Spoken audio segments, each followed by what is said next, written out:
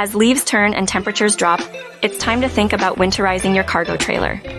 Protecting your investment from the icy grip of winter is easier than you think. And with these essential tips, your Renown cargo trailer will be ready to weather the cold. Start with a thorough cleaning to banish any dirt or grime. This isn't just about sparkle, it's about preventing corrosion. Next, inspect every inch for cracks and gaps. A quality sealant will be your best friend here, keeping moisture out and integrity in. And don't forget your tires.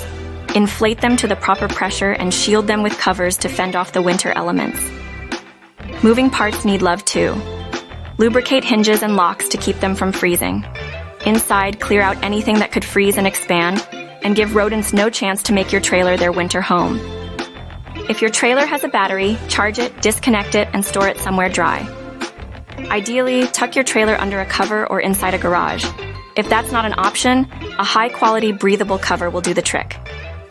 And remember, a quick checkup throughout the winter can save you from springtime surprises. Your adventures shouldn't have to wait for the thaw, so reach out to us for help in getting your trailer winter ready.